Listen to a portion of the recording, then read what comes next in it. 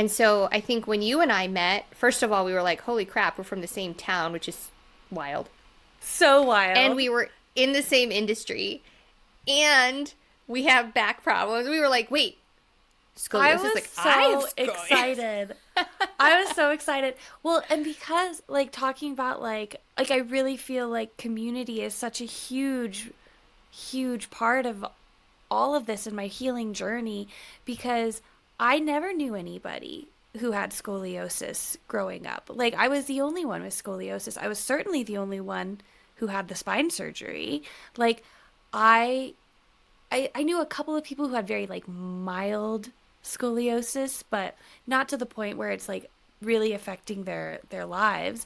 And so when I saw your back, I think you were doing a scene. We were in an acting class together, and you were doing a scene where you were in this beautiful black dress, and I just recognized something in your rib flare. And at this point, like I had seen you act before, and I didn't clock it, but in you're wearing this dress and I saw your rib flare and I was like, oh, that's my rib flare. I have that too. And I went up to you and I was like, I hope this doesn't insult you, but do you have scoliosis? I was so excited. And when you were like, oh, I've got it bad, I was like, girl, I've got it bad. Like, I was so excited just to talk to somebody else about it who's had like at least a similar life trajectory as I have and like commiserate about the pain, but then also be like, what works for you? What helps you? It was so inspiring and exciting to meet somebody who's gone through something similar because I really did feel alone. Like I felt like every everything that I'd done to that point to help my back has been kind of like a satellite drifting and I'll find these like little islands, but there's nothing cohesive holding it all together. And then since we met and we've talked about scoliosis and then we decided to, go on this journey of making a documentary together, it's like, oh, these islands actually have these connecting, I don't know, Channels or connecting whatever. Yeah. channels, yeah, that and it's kind of all starting to come together and it's not an island, it's actually like a whole continent of information and community, and it feels like so much more real, and there's all kinds of options now, whereas before it felt like, I don't know, there's nothing really to do. It feels a little like you can do everything right and your back will still get worse, or it just felt very isolating in that way. And I really do feel like community is huge. Just whether it's just to be able to complain about it with somebody who understands, that's big. But then really to be able to talk about all of the different options for pain management because it's not a one size fits all approach, like whether the surgery works or Schroth PT works or massages or all of it or acupuncture, like do everything. I really feel like it's just been so empowering. And it's so funny that it comes from this like realization of, oh, I'm not special, I'm not the only one, but it's actually a really good news. That's really good news. Yeah. And it's like, thank God you're not the only one because now you have friends who can be Mm-hmm. like, how are you doing? Are you okay? And you're allowed to be like, Yeah. I'm actually really not okay today. And they can be like, oh, that sucks. Do you want to talk about it? And like, It's what are you going to huge. do to It's help? Like, and huge. just like, even at the top of this chat, when we were like, oh, now we're going to try to do our pulse exercises because, like, we're like inspired to go to, like, you just need somebody to be like, have you tried this thing? This helped me. And And then you can and be it like, I don't coming think from I'm up for it somebody, today, but maybe tomorrow. yeah, like Whatever. today's just a nap actually, tomorrow I'll do it. And like to be able to talk about it with somebody who has scoliosis and understands the feeling, because really there's nothing worse than talking to somebody who doesn't have scoliosis and they're like, you should try this. And you're like, why don't you shut up? Like, Or when they're in like, a well, nice my aunt way. has a bad back, and you're like, uh huh. Uh-huh. Like, Or they're like, great. we all have bad backs. I'm Thanks. sure my back pain is just as bad. And it's like, I Yeah. promise you it's different. I promise you. Yeah. And They're like, so welcome to just like, being 30. And you're like, this is not that. it's not Like, I'm not that. saying that they're not feeling pain, but what we're going through is different. And yeah, having people who understand that helps a lot. It's just huge. And I really am excited to make a community and to just find more people and to then provide options for those people. Like if I was 13 years old or 14 when I got my diagnosis and I Google something and then a documentary pops up of like, this is my lived experience. These are all of the things that I've tried. These are things that work for me. These are things that haven't worked for me, but worked for other people. Like that would have just been so good to know rather than kind of trying nothing and just going at it by myself until I was like 25, really. And then Yeah. I didn't really, I think we started talking when I was like 27, I think. It was right before the I think we pandemic. started talking Before we about it realized. more seriously when you were 27. Because other Yeah. than that, it had been just a social, like, oh my God, me too, kind of a thing. And like a little quick chat. But I feel like when we really started diving into like, should we do something about this? Was, Yeah. I think, yeah. We're both in film. We both have scoliosis. Let's do something. Yeah. Yeah, I think it's gonna just be super important and it's hard because I know it's not the sexiest disease in the world, you know, it's not that fascinating to everybody, but it really is it impacts our lives in a huge, huge way. And if we could do anything to just provide some tools for people, I would be very happy and feel very proud. Yeah. I mean, I think it'd be good for us to share a little bit of like what we have tried so far. Because Hmm. us trying to start the like fundraising grant application process to make a film like in 2020 was a whole journey of like, what are we doing? Not Yeah. because I mean, A, we needed to learn more about it, but more just because a lot of the grants weren't even open, right? I mean, everybody's Yeah. lives were so blown up from the pandemic that we just, we were like applying, it was like applying for grants in outer space, you know? You're just like sending stuff off and being like, is anybody even home or in their office to Good read this luck. thing? Like, and then also just the fact that, again, there are other diseases out there that are much more dramatic than scoliosis. They kill you very quickly, or they affect young children, or they're like horribly painful or debilitating in a very short time span, right? Like there's like ALS and endometriosis and cancer in children and all these crazy things in the world that like also need attention and also need funding. And so us trying to go to these places and be like, scoliosis matters, and they're like, who's dying from it? And we're like, everyone, but slowly, like, like But like really slowly it's and you can't really pinpoint it. and they don't really know what causes it, and you know, it's a hard sell in that way, and so I think that that has affected our process a lot. Like, I feel like we can share with the audience, like we started out just, you know, pitching to film grants and applying for documentary grants, basically.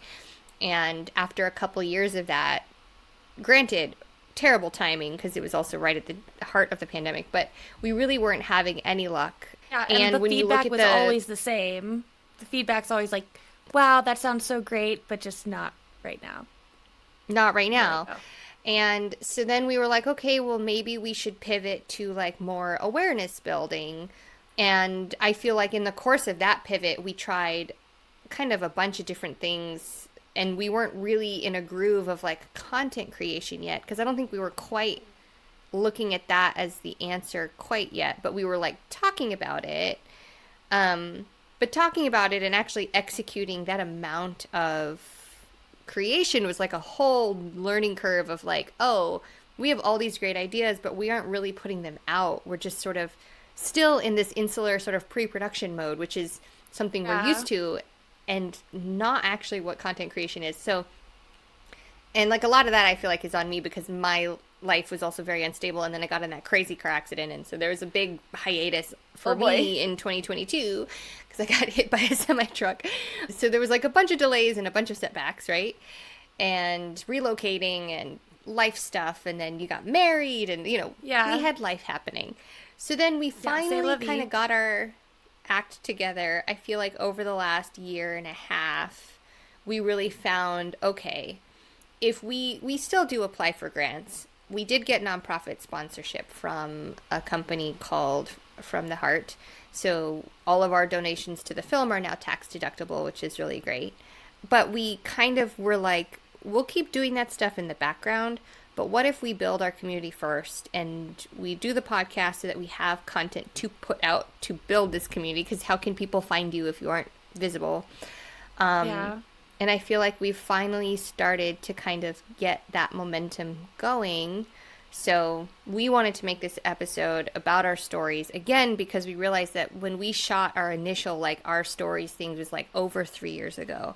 And we didn't really have community and we really didn't have a process yet to make content regularly. So now that we do, we were like, well, now we actually have some people getting to know us and we'd love to sort of get that story back out there so that people know where we're coming from.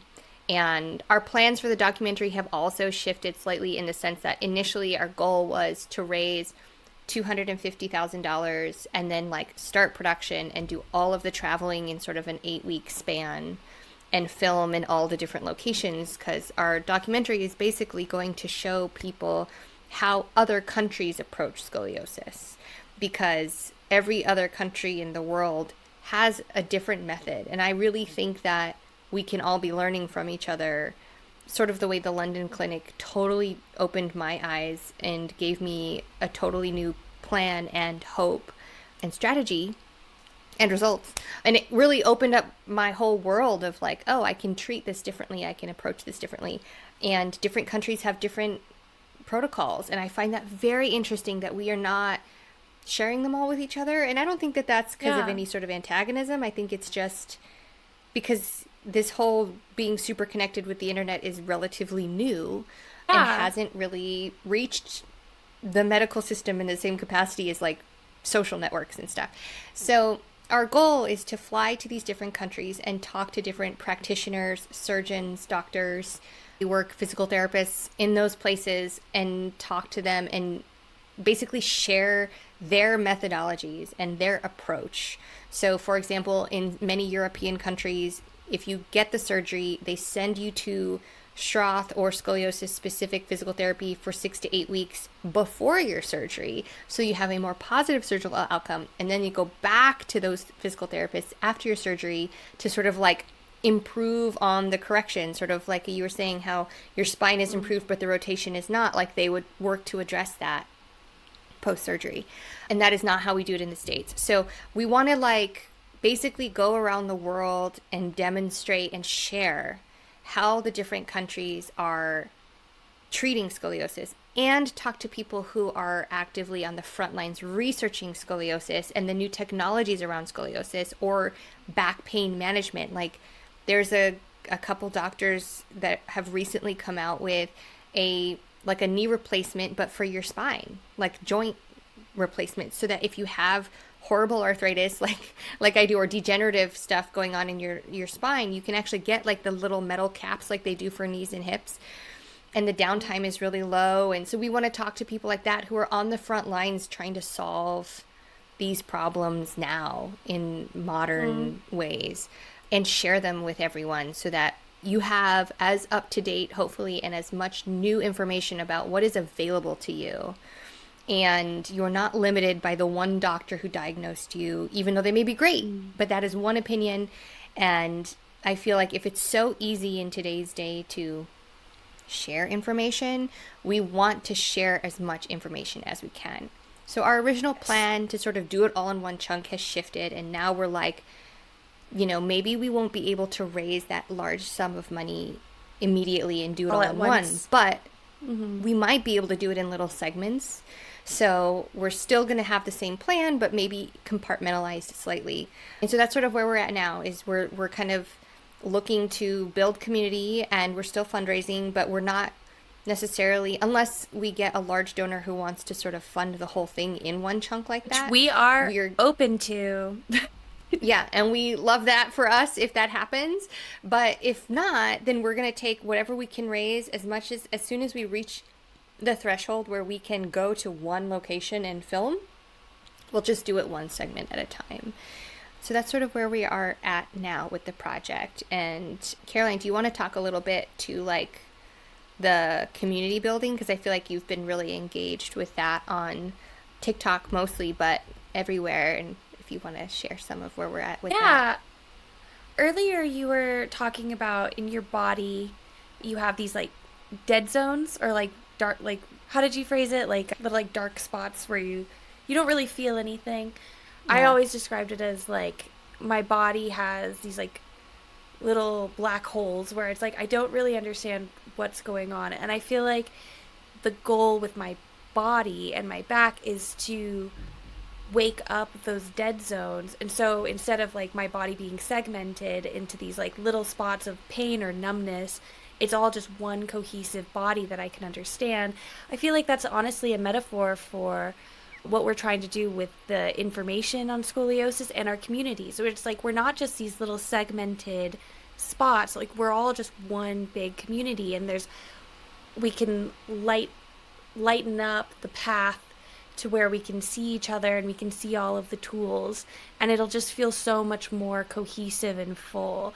And it's been really fun to see people from all over the world. I've been having fun on TikTok doing like trending sounds and you know, just doing my best on TikTok. Anybody who makes TikToks knows it's like fun and difficult at the same time, but it's so gratifying seeing people from all over the world who have scoliosis and who are doing things for it. And like, you know, there's this one girl who does a lot of weightlifting, and I thought weightlifting was kind of out of the question for me, but she does it in a way that's very scoliosis forward. And then there's another girl in Europe who does more yoga based, and it's just exciting to see people from all over the world on different phases in their healing journey and kind of just offering each other, here's what's working for me. And it's just kind of lightening up these dark spots that I feel like we all felt like we were islands in the middle of nowhere, just like nobody's out there, but we are out there, and we have lots of tools to share with each other. And it's really heartwarming, I feel, and just to see our bodies and our communities as a whole picture rather than just these little segmented slices of life. I don't know if that makes any sense, but that's Well, what it feels and like.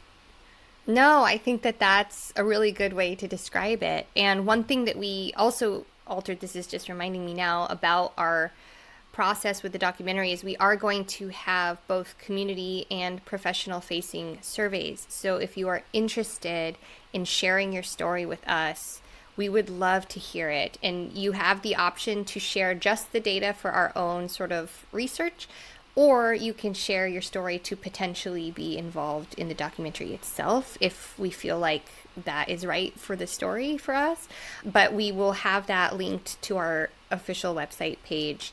And if you want to share your story, whether it's a great positive story or a very challenging story, if it is someone you know, if it's you yourself, you know, it's just a Google form. It's probably about a 30-minute survey. It's a little on the long side, but we really just want to hear as much as we can. And you can finish all of it or just part of it. It's totally up to you and your comfort level. At the bottom, it'll ask if you are okay with us following up with you if we want to interview you further. But like I said, if you just want to just add to our data set, we would love to have that, whether you are a person with scoliosis, a person with a loved one with scoliosis, or a practitioner or doctor or professional who treats scoliosis. We'd love to hear from you. And that's something that I think we didn't really land on until recently, but we realized through all this community building, like, oh, there's actually a lot of people who should share their story, and we would love to hear your story. And I think it can be good to help other people realize that their experience, again, it's that like realizing that you're not special, that there's other people going through it or who have gone through it or facing, people who just got diagnosed or people who just had their surgery. We just want to highlight all the different elements. And some people have scoliosis diagnosis in tandem with something else, whether that's like Ehlers-Danlos or Marfan's or organ transplants, or there's like a whole host of other comorbidities that come along sometimes with scoliosis. So we'd love to hear those stories too. Like I'm idiopathic juvenile diagnosis, which means that they don't know the cause and they found it when I was a kid, basically. But most, everybody's diagnosis story is different. So we'd love to hear yours, what you're doing for treatment, if you have found anything that worked, if you had a bad experience with anything. Yeah, we just want to kind of get the word out and get as much information and just make it available. That's our goal. Well, thank you so much for being here with us today. And if you want to hear your questions answered, leave it in the comments or email it to twistbesties@gmail.com. Any articles or references in today's episode will be linked there as well. As always, thank you so much for being a part of our Twist Tea community, and we'll see you next time.